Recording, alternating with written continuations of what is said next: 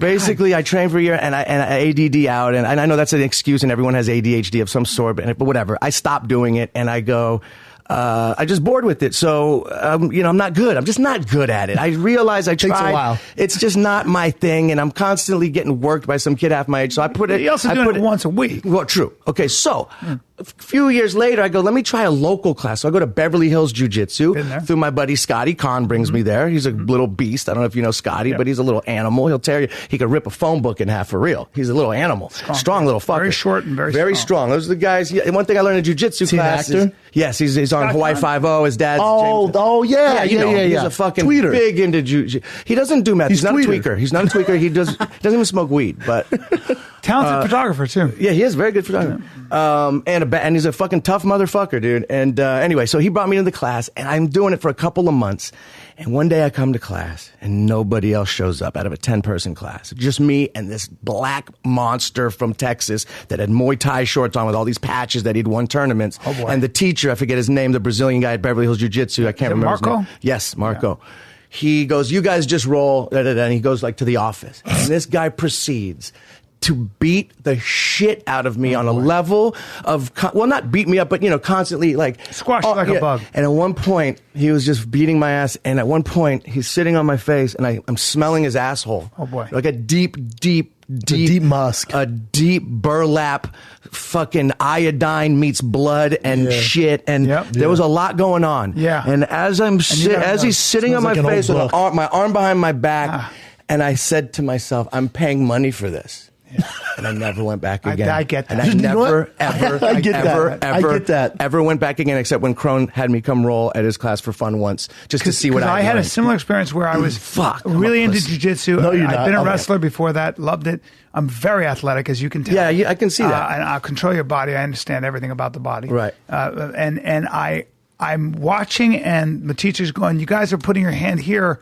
I want you to, it's got to be palm to ceiling when you come low. Look how I grabbed the collar, and I went, I don't care anymore. Right, that's it. You're out. Palm to collar was the final straw. I literally go, something clicks. Yep. I go, I don't care. I'm out. Hey, I don't care. How about when I was like in the mid, like going on my last run in the UFC, Brian, I brought Brian with me to my last training camp. So he went with me everywhere. What year is this? So I'm painting the picture. 2014? Yeah. 2014, I think? Recently. 2015. 2014. November 2014. Okay. Look up when he fought Travis. So Brian's going to camp with me, and we're driving the highway.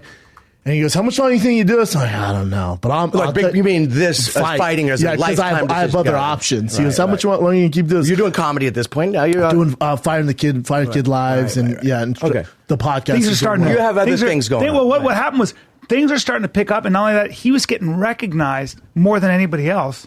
Because you go to UFC, people are like, Big Brown. Yeah. And he's like, something. So 2014, so November. So me and Brian are driving around, and he goes, and I'm beat up, I'm worn out. I just got done sparring in Gardena, Black House, these monsters, Lyoto and this giant Jack Mays. And Brian goes, how much longer do you think you can do this? I go, I don't know, man. But I tell you one thing, I'm doing jiu-jitsu for the rest of my life. And Brian goes, no, you're not. I went, bro, take it easy. He goes, no, you're not. And I went, yeah, dude, I don't like getting punched in the face, but I love jiu-jitsu. I still do. My passion. Right. I said I love jiu-jitsu. Black belt, I'm assuming? Close? Yes. Still brown. Okay, right now. so once he's humble, he'll fuck everyone up. I get it. Yes, yes, he will. Right. So Brian goes, no, you're not. And I was like, God, what a dick. So wait, why were you saying no? You're not because you because he knows the hustle. Just know the game. For me, I'll still train with Henner on Saturday mornings every now and then. Okay, great. With all black belt class. But here's why to be racist. But okay, go ahead. Here's why I said no, you're not. Because I knew that the game he was playing, which is sparring, where you're striking, getting hit in the head, the fear, just that nightmare, and I'll tell you why. And all the training, jiu-jitsu was like a release. Almost like a release. Yeah. It was like where he could go and just roll and know he's not going to get concussed at least. So, then you're saying, well, your point is that you're saying no, you won't do jiu-jitsu anymore. But I thought that's what he would be doing. I had seen him roll with the best in the world and do very well, better than very well, without going into details. Okay. And he's way too humble for his own good. Where he goes, nah, this guy's way better. And I was watching. I go, you're better actually. So I knew that he had reached as far as I know him, and I knew where his brain was going, which was Right. more toward the artistic side, Right. and just to be more in the business of expression. So, Okay. but go on. Got it. It was just So and he then- knew, and you knew deep inside, Sure enough, so you should. sure enough. I mean, I was, because for me to sit in traffic, same thing with you, and it's basically an hour drive there.